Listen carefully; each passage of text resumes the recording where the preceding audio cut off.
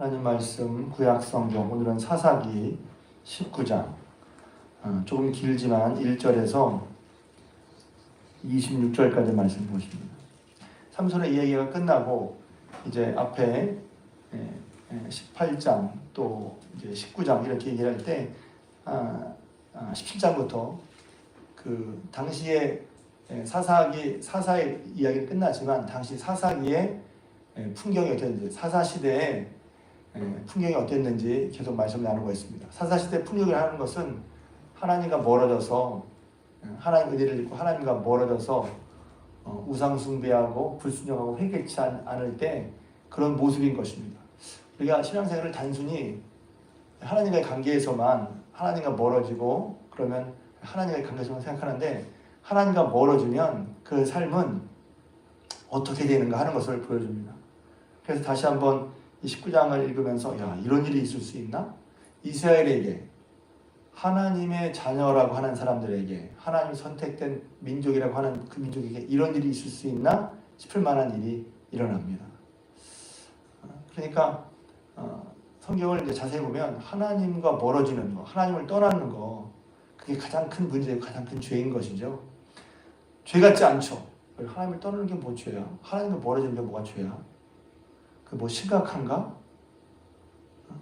당장 그렇게 심각하게 느끼지 않지만 하나님을 떠난 하나님과 멀어진 사람들의 모습이 이럴 수가 있구나 하는 것을 보여요. 그래서 우리 다시 한번 하나님을 떠나면 이렇게 되는구나. 그리고 하나님과 멀어지면 이렇게 되는구나. 하나님과 멀어지지 않는 것이 우리에게는 우리에게는 하나님 보내준 예수 그리스도가 필요한 말을 주님을 가까이 하네. 믿음은 그냥 믿음대로 살고 그냥 사는 것 혹은 세대나 문화나 풍습은 따로 있는 게 아니란 말이죠. 그러니까 하나님을 떠난 사람의 모습이 떠난 문화가 하나님을 떠난 민족이 어떻게 되는가 하는 것을 보여주는 장이라고 좋겠어요. 그러니까 이제 함께 읽은 것처럼 이런 세상에 살고 싶습니까? 이런 세상에? 여기 보면 먼저는 이제 그 에브라임 양이 없을 때 에브라임 산지에 거주하는 레위 사람 얘기합니다. 근데 레위 사람이 제사장이잖아요. 그런데 첩이 있다고 말하는 거예요. 그러니까 앞에서도 미가라는 사람의 얘기를 했지 않습니까?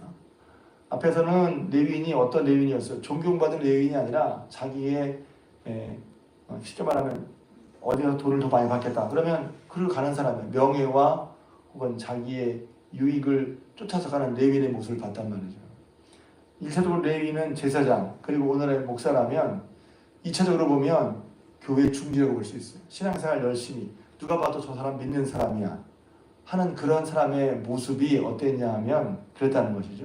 근데 여기 보면 또 다른 차원의 레위 사람 모습이 나타나요. 첩이 있다는 거죠. 성경에서 어떤 분은 아브라함도 첩을 두고 또 야곱도 부인이 여러 명이니까 성경은 당시 일부 다처제를 인정한 거 아니냐 이렇게 얘기를 합니다. 아니죠. 왜냐하면 항상 성경을 보면 일부 하나님이 그 당시의 문화로 그걸 그냥 두긴 하시지만 그것이 좋지 않은 것을 분명히 성경에 보였다고 제가 말씀드렸어요. 그래서 항상 문제가 생겨요. 사레와 하갈 사이도 그렇고 또 야곱의 아내들 사이에서 그렇고 항상 문제가 생긴단 말이에요. 그러니까 이제 내 식으로 성경을 보는 게 아니라 성경이 뭘 말하고 있는지 봐야죠. 근데 또 그 첩이 말입니다. 여기 보면 행음했다고 그랬어요. 그러니까 여러 남자를 만난 거죠. 그런데 이제 이 남자가 성경에 자세히 나와 있잖아요. 이 남자가 이 여자를 이 레위 사람이 이 첩을 정말 사랑한 건지 아니면 필요했는지 그러니까 사랑과 필요는 다르죠. 사랑해서 하는 거랑 필요해서 하는 거랑 좀 달라요. 둘이 섞여 있을 수 있지만 그래서 아무튼 이 여자를 찾아갑니다. 4달 만에. 근데 이제 아버지 그러니까 쉽게 말하면 둘째 그러니까 첩이 그러니까 장인이죠. 찾아가서 이 여자를 데려옵니다. 그러니까 장인은 되게 기뻐했어요. 근데 그것도 기뻐한 이유가 뭐냐면 당시에 첩은 이제 남편의 소유거든요. 여자분들은 기분 나쁠 수 있지만 소유니까 만약에 그 첩이 남편을 떠나 간음을 했으면 이건 벌받을 일이거든요. 사실은 처벌받을 일이란 말이에요. 근데 처벌하러 가지 않고 이 여자를 찾으러 데리러 왔으니 자기 입장에서 너무 기쁜 거죠. 그래서 지극히 환대를 합니다. 그래서 5일 동안 지내게 하죠. 계속 이스라엘은 결국 이제 가야 됩니다 하고 가는데, 에브라임 산지는 어제 말씀드린 북쪽이고 예루살렘은 아래거든요. 쭉 이렇게 내려오다가 이제 날이 저물어서 어디에 잘까 했을 때, 여기 보면 처음엔 예루살렘쯤 왔는데 아니다, 더 나가서 기브아나 라마쯤에서 자자. 그래서 그쪽 갔는데 아무도 맞아들이지 않는 거예요. 지금처럼 무슨 호텔이나 여관이 있는 게 아니니까, 여관도 아니라 모텔이 있는 게 아니니까. 그래서 이제 그 광장에 있는데 저녁 때 한 노인이 왔는데 보니까 같은 동양 사람인 거예요. 에브라임 산지 사람. 그러니까 물었죠. 당신 누구고 어디 갔습니까? 그러니까 저희가 에브라임 산지에서 살다가 베들레헴 유대로 가는 중입니다. 얘기를 하니까, 그래? 그리고 또 이제 잘 데가 없으니까 저를 재워주시면 저희가 먹고 쓰는 건 다 저에게 있으니까 그렇게 해달라고 하니까, 이제 한편으로 좋은 문화죠. 그러니까 같은 동양 사람을 하니까 그 사람들을 집에 불러서 이제 자게 쉴 수 있게 해줬습니다. 그런데 22절이 이제 심각한 문제죠. 그 성읍의 불량배들이 그 집을 둘러싸고 야 하면서 내 집에 들어온 사람을 끌어라. 우리가 그걸 간계하리라 그랬는데, 이게 좀 많이 완화해서 많이 부드럽게 돌려서 말하는 것이지, 그 남자와 성관계를 하겠다는 얘기입니다. 아니 그러냔 말이지. 여자를 아니면 남자. 여자를 하는 것도 문제죠. 근데 남자를 말입니다. 어떻게 이렇지? 그러니까 누가 와서 이것을 막아주거나, 요새는 뭐 경찰, 치안이 발달해서 누가 막아주고 하는 게 아니라 불량배들이 그렇게 하니까 소용이 없는 거죠. 그러니까 우리 같은 거 왜 이렇게 하지? 신고하지? 누구한테 신고를 하겠어요? 그러니까 어떻게 이걸 피해야 되는데, 피하는 방법도 악한 거예요. 사실은 어찌 보면 이 남자를 선대하는 것처럼 보이죠. 선대하는 거죠 사실은. 그런데 거기에 대신 그와 못지않은 악함으로 이 사람의 첩과 내 딸을 주겠다는 거예요. 그 딸은 마음대로도 괜찮은 거예요? 여자는 무슨 죄야? 그러니까 당시에 이제 여자에 대한 남성의 시각도 볼 수가 있는 거죠. 그게 중요한 게 아니에요. 하나님은 남자 여자를 똑같이 만들었는데, 그러니까 모든 것이 다 왜곡되고 삐뚤어지고 이제 어찌 해볼 수 없는 그런 상황으로 만들어진 것을 봐요. 생각을 하면서 세상이 왜 이렇지? 세상이 왜 삐뚤어지고 왜 왜곡되고 또 이게 뭐가 문제지? 그래서 법으로 고쳐야 돼. 근데 법을 만드는 사람은, 그렇게 법을 만드는, 물론 법관을 무시하자는 게 아니에요. 그래서 그렇게 법을 만드는 사람은 어떤 사람인데? 그 사람은 똑같은 죄인이에요. 그러니까 세상이, 이런 세상은 못 살 세상이야. 어디서부터 어떻게 손대될지 모르겠어요. 이런 사람이 착한 사람이 있었겠죠. 근데 딱 모습을 보면 그것이 뭐냐면, 이런 세상이 어떻게 살지? 그리고 그러니까 여기 보면 그런 나그네를 무조건 데려와서 그것도 그냥 무슨 이렇게 뭐라 그래요? 그냥 타짓 사람을 놀리거나 혹은 타짓 사람을 배척하는 그 정도도 나쁜 건 좋은 건 아니지만 그 정도도 되겠어요. 그런데 그게 아니라 그 사람을 끌어내서 그 사람을 욕보이고 더군다나 대놓고 남자를 말합니다. 지금 이 얘기가 하나님을 모르는 이방인에 나온 게 아니에요. 레위 사람과 관계된 이스라엘 한복판에서 벌어진 이야기란 말입니다. 이게 뭐지? 우리가 사도를 이렇게 읽으면 그런가 보다 싶은데, 한번 내가 이 현장에 들어가서 도대체 이 땅이 혹은 이 나라가 혹은 이 세상이 도대체 어떠한 세상이냔 말이에요. 그리고서 그걸 해결하기 위해서 무슨 공권력이 와서 정의를 이렇게 해서 물리치고 이렇게 나그네를 대접하는, 선대하는 이 사람을 보여주는 게 아니라 어쩔 수가 없는 거예요. 그러니까 결국은 그 첩을 내줬어요. 여기서 보면 그 외에도 참 여러 가지 얘기가 있는데, 아무튼 그래서 밤새도록 사람들이 그 첩을 능욕했다고 그랬어요. 근데 아무도 말릴 수가 없어. 제가 다음에 얘기해 드리지만 이 첩 입장에서는 어떻게 했어요? 근데 그런 일이 지금 이스라엘 땅에서 벌어지고 있는 거란 말이죠. 보면 여러분 성경 아시는 분은 뭐가 있냐면 창세기 19장에 소돔과 고모라 같잖아요. 그러니까 이스라엘의 소돔과 고모라야. 이스라엘의 소돔과 고모라. 그러니까 이스라엘 하나님을 주로 하나님이 있다고 하면서도 그 땅에서 하나님과 멀어지고 하나님 잊어버리니까 어떤 일이 벌어지냐? 이런 일이 벌어진단 말이에요. 자, 이런데 우리가 보통 이런 걸 바로잡으려면 어떻게 공권력을 투입해. 무력으로 진압해. 무력으로 진압했으니까 앞으로 이러고 하면 이런 벌 받는다. 법을 만들어. 자, 그러면 이제 이런 일은 줄어들긴 하겠죠. 근데 그 심성이 바뀝니까? 법이 없으면 누가 보지 않으면 안 걸리면 더 그럴 거란 말이지. 법도 법의 효용이 있죠. 근데 법이 사람을 바꿉니까? 이 말씀을 읽다가 다시 로마서 말씀이 생각이 났어요.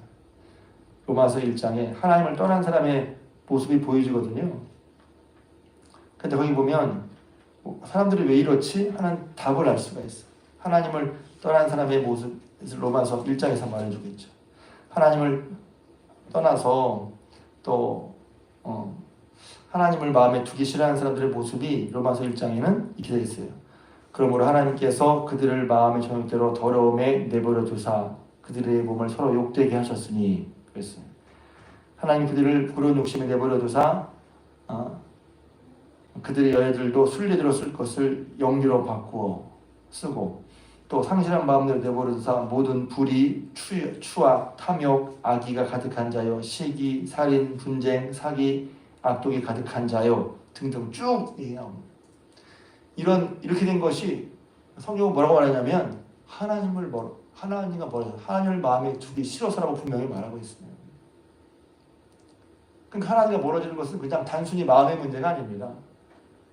하나님과 멀어지는 건 우리의 인간의 깊은 심성에 하나님이 아닌 다른 것, 자기 마음대로 혹은 자기 악한 대로 하는 그런 것들이 하나님 아니면 예수 그리스도 아니면 나오는 모습을 보여준다는 말이죠. 그 세상을 바르게 하고 싶어요. 세상을 온전히 하고 싶어요. 살만한 세상을 우리 아들이 물려주고 싶어요. 어떻게 해야 돼요? 법을 만들어야 돼요? 정권을 잡아야 돼요? 실질적인 필요로 법을 만들 수는 있지. 사람을 바꾸지 못해요. 제재는 할 수 있지만. 그래서 예수님을 알게, 하나님을 경외하게 만드는 거예요. 그래서 우리가 다시 한번 이 모습을 보면서 우리에게는 정말 하나님이 필요하다. 우리에게는 정말 예수 그리스도가 필요하다. 그냥 사는 건 사는 거고 예수 믿는 건 그냥 구원받는 거. 구원에 관한 것만이 아니에요. 사실 구원이 너무 굉장히 중요하지만 구원에 관한 것만이 아니에요. 왜냐하면 우리는 하나님의 형상대로 만들어졌고 죄악으로 말미암아 하나님의 형상과 멀어진 사람들은 결국 이런 삶, 그런 삶이 사는 삶은 못 살 삶이에요. 못 사는 삶. 그래서 유토피아라고 그러죠.